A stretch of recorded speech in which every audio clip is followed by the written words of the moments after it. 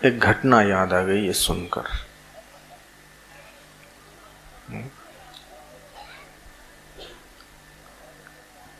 घटना सच्ची है कि झूठी है, इस बात से मुझे कम सरोकार है, लेकिन ये घटना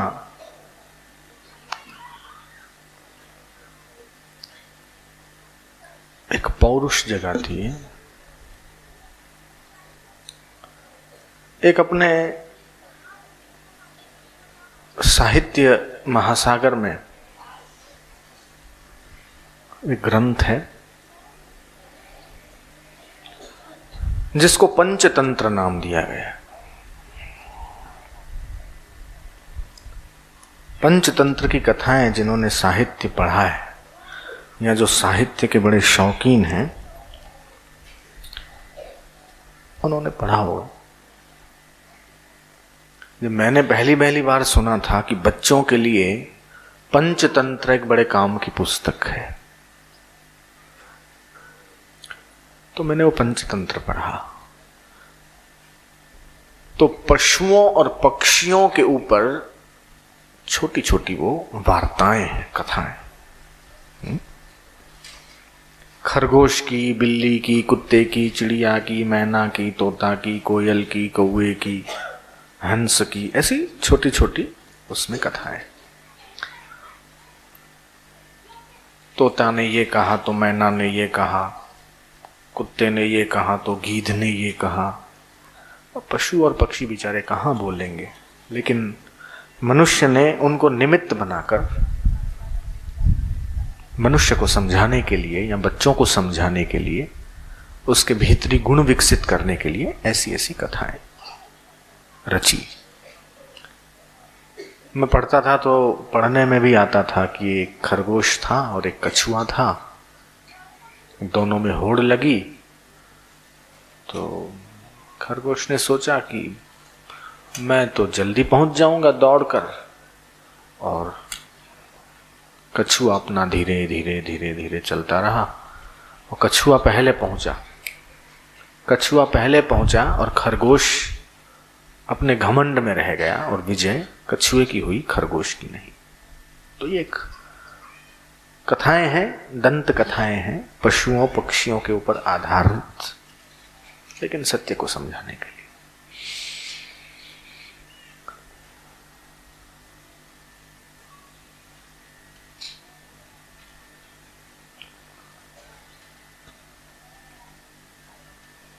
एक राजस्थान की बात है।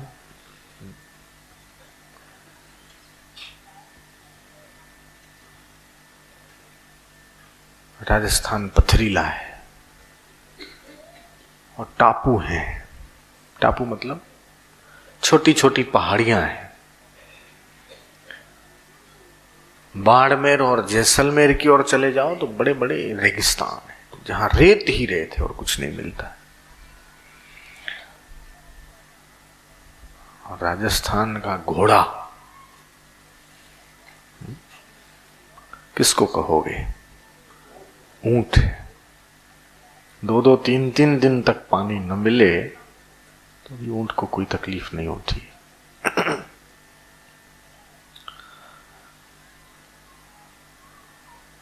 तो रेगिस्तान के गांव ऊंटों के ऊपर सवारी करके लोग जाते हैं। वहां के गांव वाले, कब कहां दिन हो गया, कब कहां रात हो गई। तो एक परिवार 2-4 कोई ऊंट रहे होंगे, एक गांव से किसी शहर में जा रहा होगा, और वो शहर का रास्ता भी शायद 1-2 दिन का सफर होगा।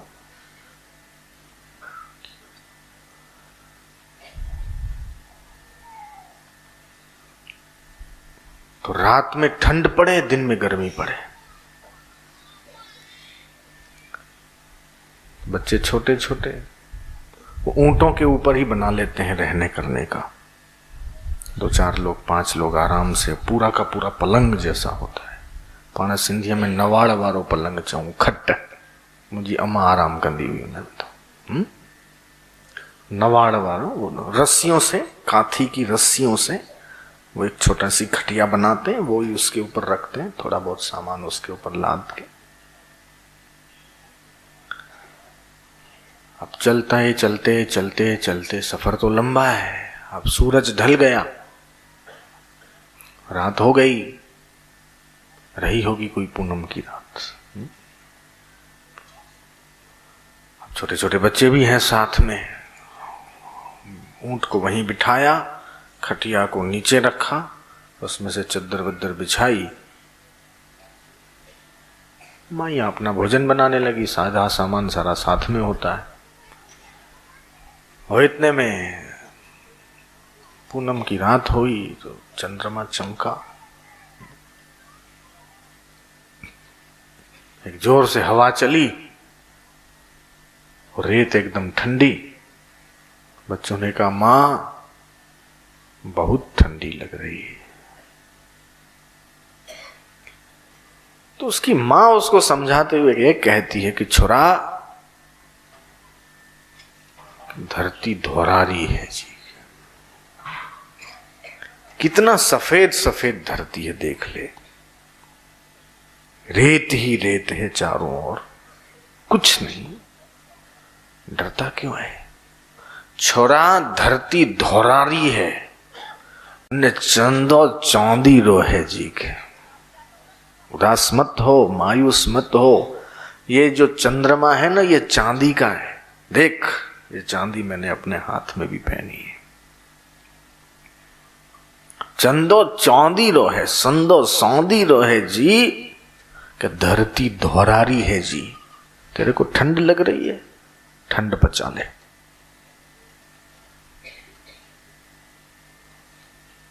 उसके भीतर एक शक्ति आती है, अब वो नहीं ठुठरता। ठंड को हजम करने की शक्ति उसके भीतर आ गई। रात बीती, सुबह दिन हुआ है। 9, 10, 11 बजे और सूरज चमका। सूरज चमका तो अब यात्रा शुरू हो गई। भोजन वोजन बना के उसी ऊंटों पे बैठ के आगे बढ़े। अब लू लग रही है, गर्मी लग रही है। तो बच्चे ने अपनी माँ से कहा, माँ बड़ी गर्मी है। रात को कहा बड़ी ठंडी है, दिन हुआ तो बोला कि बड़ी गर्मी है। लेकिन माँ कैसी? अब बोलती है कि छोरा, कई गर्मी गर्मी कर रही हो तू, ए सूरज सोनानो है जी। धरती धौरारी है जी, सूरज सोनारो है जी, कि सूरज सोनो वर्षावे है जी। लग तो धूप रही है, लेकिन मां बोल रही है कि सूरज सोने का है और यह सूरज सोना बरसा रहा है, गर्मी नहीं है। सोना कैसा? बोले पीला। और देख सूरज कैसा? बोले ये भी पीला।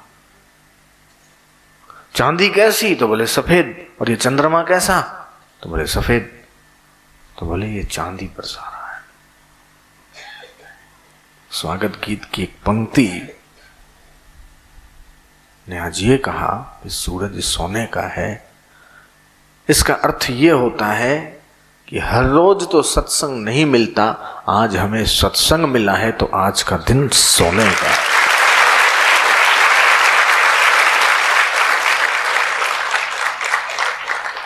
लेकिन उस मां ने जो कहा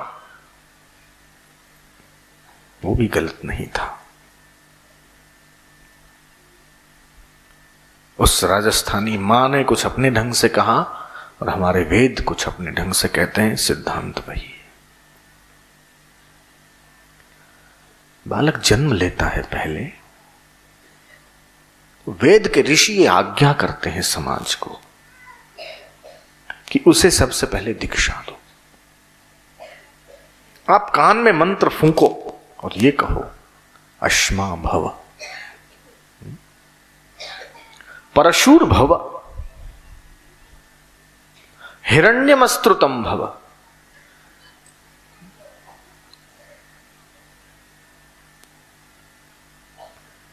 तीन अर्थ हैं इसके। अश्मा भव का मतलब है तू पत्थर बन।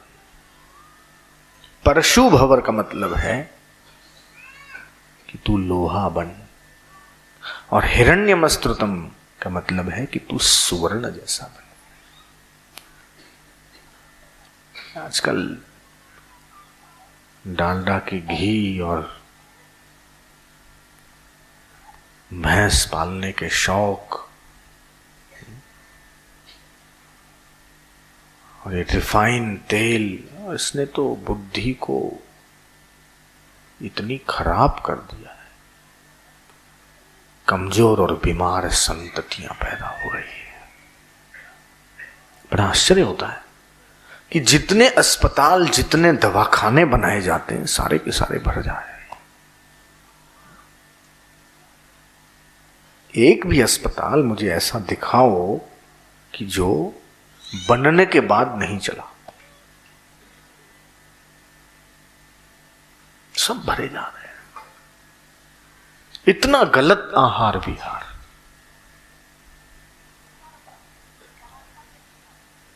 गौ चिकित्सा बड़ी गजब की चिकित्सा है। गावो त्रैलोक्य मातर है, गावो विश्वस्य मातर है। मैंने सुना तो बहुत दुख हुआ कि एक नया कत्ल खाना अभी बन रहा है नागपुर में। तो गायें और पशु और सब, भैंस पालने में जितना ध्यान देते हैं उतना अगर गौ पालन में ध्यान दें तो गजब की बुद्धि हो जाएगी। लेकिन बोले गौ का दूध फैट कम मिलता है, भैंस के दूध में फैट ज्यादा मिलता है। एक पुस्तक थी, उसमें एक फोटो था, एक भैंसा खड़ा था और एक काला काला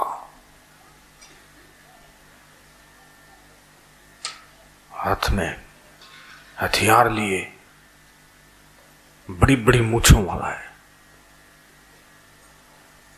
एक व्यक्ति खड़ा था और नीचे लिखा था धर्मराज युद्ध। धर्मराज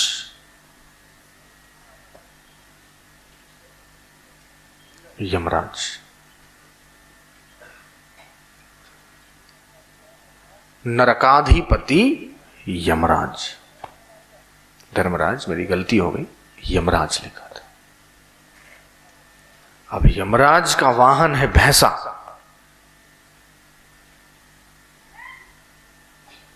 और एक और चित्र देखा था, शायद आपने भी देखा हो, कि शिव मंदिर में शिव जी के दर्शन करने से पहले एक नंदी है, फिर कछुआ है। शिव जी के चित्र में भी नंदी को, बैल को हम देखते हैं। मुझे कहने की जरूरत नहीं है कि किसकी सेवा करने से क्या मिलेगा, किसका दूध पीने से क्या मिलेगा। शिव जी कैलाश में रहते हैं और यमराज नरक के अधिपति हैं और भैंसे पर बैठते हैं। जो जिसका दूध पिएगा वो वहां की यात्रा करेगा, ज्यादा कहने की जरूरत नहीं।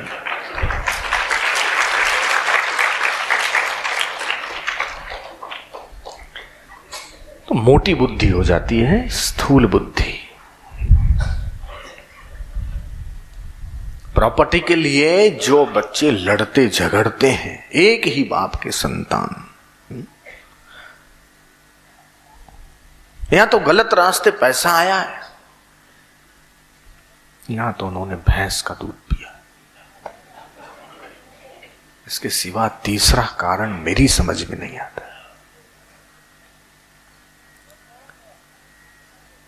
गुजराती में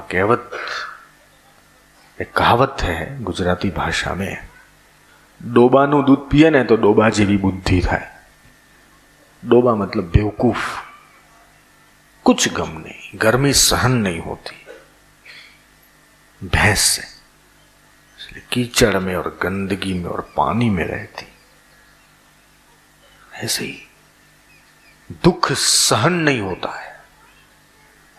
जो भैंस का दूध पीते हैं उनके भीतर दुख और कष्टों को हजम करने की शक्ति ही नहीं होती। इसलिए देखो आत्महत्या के केस बढ़ गए।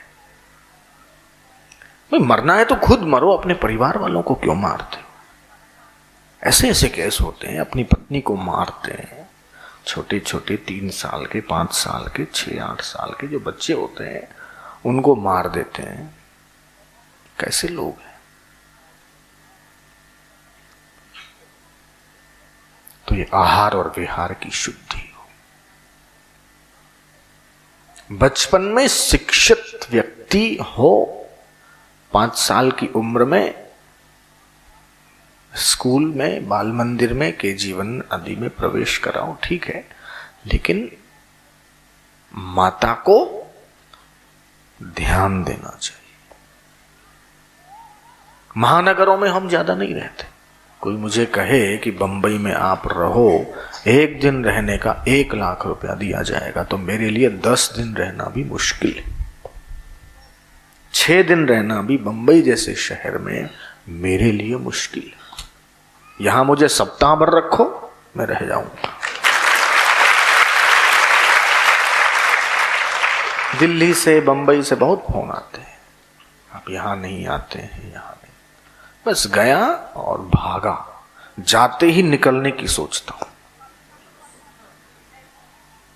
1 रात रहा बंबई में, नागपुर आया, शाम को अहमदाबाद से चला था। 1 रात बंबई रहा, सुबह 4 बजे उठ के 6:30, 7, 7:30 बजे तक तो नागपुर पहुंचा। नहीं जचता है। ऐसे महानगरों में अब क्या हो रहा है? बच्चों को कोई अलग मां पाल रही है, माँ भी नौकरी कर रही है, बाप भी नौकरी कर रहा है, बच्चों को कोई और ही संभाल रहा है।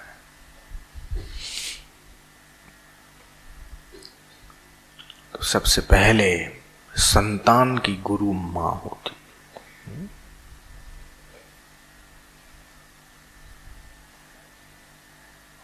पिता बाद में।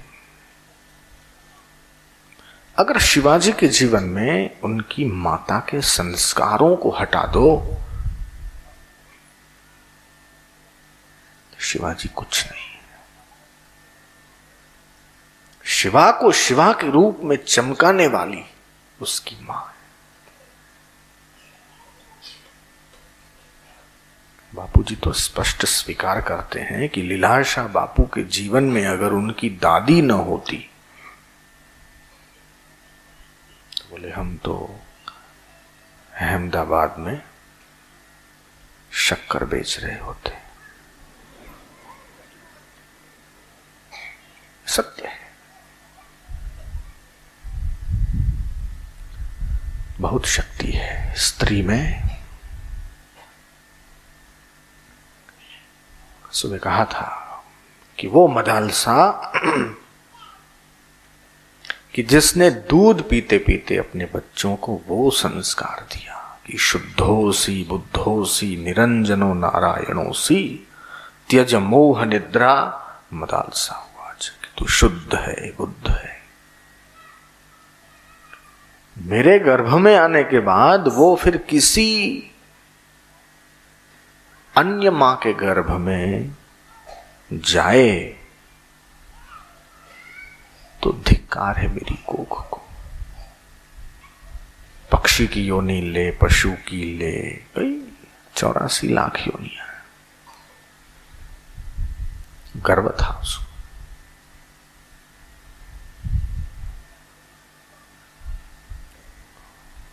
बापूजी के जीवन में अगर मेरी दादी ने न कहा होता कि ध्यान कर और जो मांगेगा वो तुझे देगा। एक खेल था कि मक्खन मिश्री देंगे अगर तू ध्यान करेगा तो। आंखें बंद होती और चुपके से मक्खन मिश्री रख देती थी। फिर बोलती कि देख आंखें खोल, भगवान ने तेरे लिए मक्खन मिश्री भेजा। एक ईश्वरीय आस्था का संस्कार, एक बीज। तो ये विचार पैदा हुआ कि जो मक्खन मिश्री दे सकता है भगवान मांगने पर, तो वो भगवान से हम मांगे तो वो क्या नहीं दे सकता। और फिर तो ऐसा दिया कि ये प्रश्न है कि क्या नहीं दिया है।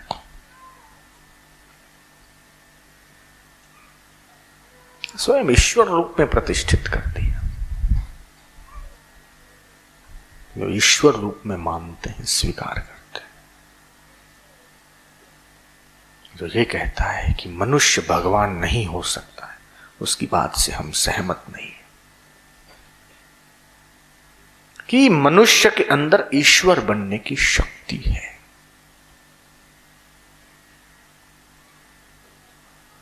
एक सूत्र है, क्योंकि अंग्रेजी में है लेकिन मुझे अच्छा लगता है। God made man, man made God.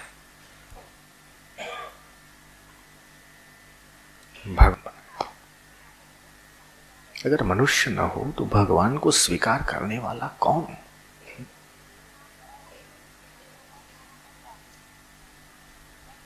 और ये कोई मैं कहता हूं और अब बात मान लो, ऐसी बात नहीं, वेद भी कहता है।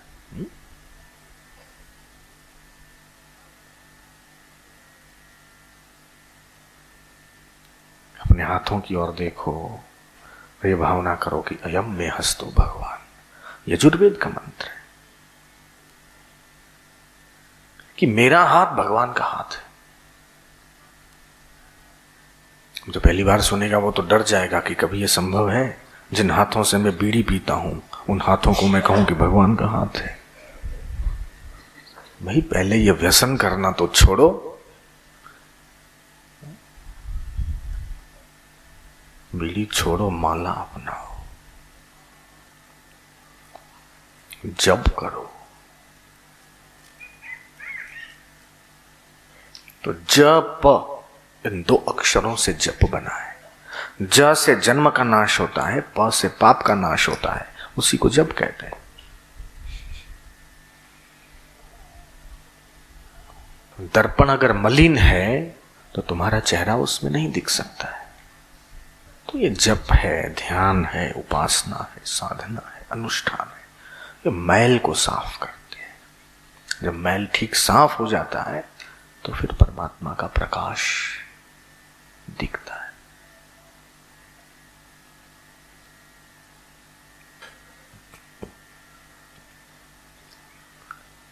तो अयम में हस्तो भगवान भगवत्तरः, कि नहीं भगवान से भी बढ़कर। ये घोषणा कोई धर्म का कोई धर्म पुस्तक नहीं कर सकता।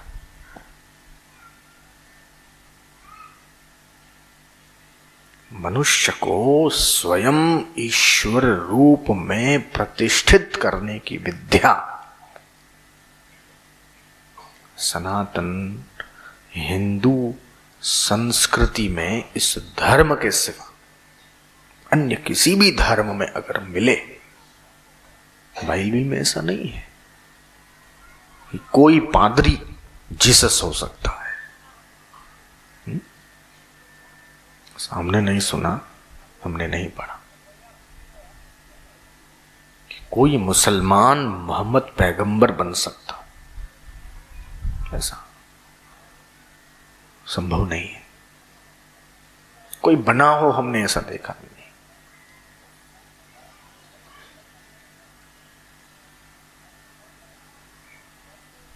लेकिन इधर राम को मानने वाला स्वयं राम बन सकता है। शिव को मानने वाला देर सवेर धीरे धीरे शिव की उपासना करते करते अपने भीतर शिवत्व जागृत करके शिव स्वरूप में प्रतिष्ठित हो सकता है।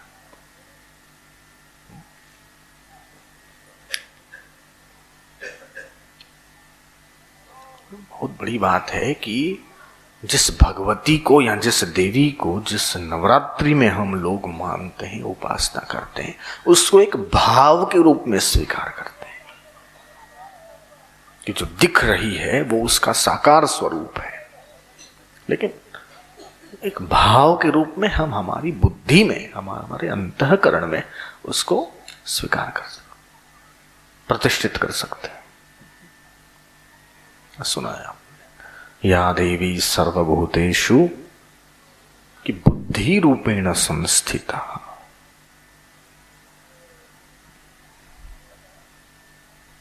मेधा रूपेण संस्थिता, श्रद्धा रूपेण संस्थिता, नमस्तस्यै नमस्तस्यै नमस्तस्यै नमो नमः। कि जो देवी दिखाई दे रही है वही श्रद्धा के रूप में, तो स्थूल से सूक्ष्मता की ओर ले जाने के लिए ही सारे प्रयास हैं। और इसलिए अगर इतिहास का हम अध्ययन करें तो बहुत कोशिश हुई इस धर्म को नष्ट करने की। फेंक दो सारे शास्त्रों को समुद्र में। आज भी कई आक्रमण हो रहे हैं, धार्मिक आक्रमण, कि अपना अपना धर्म छोड़ दो। करोड़ों रुपए खर्चे जाते धर्म परिवर्तन के लिए, लेकिन उनकी 10 साल की मेहनत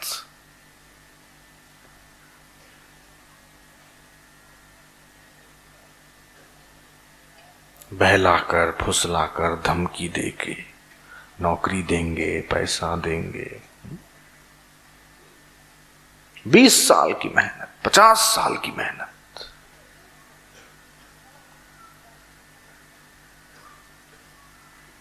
मिट्टी में मिलाने के लिए 2 दिन का सत्संग पर्याप्त है, मात्र 2 दिन का।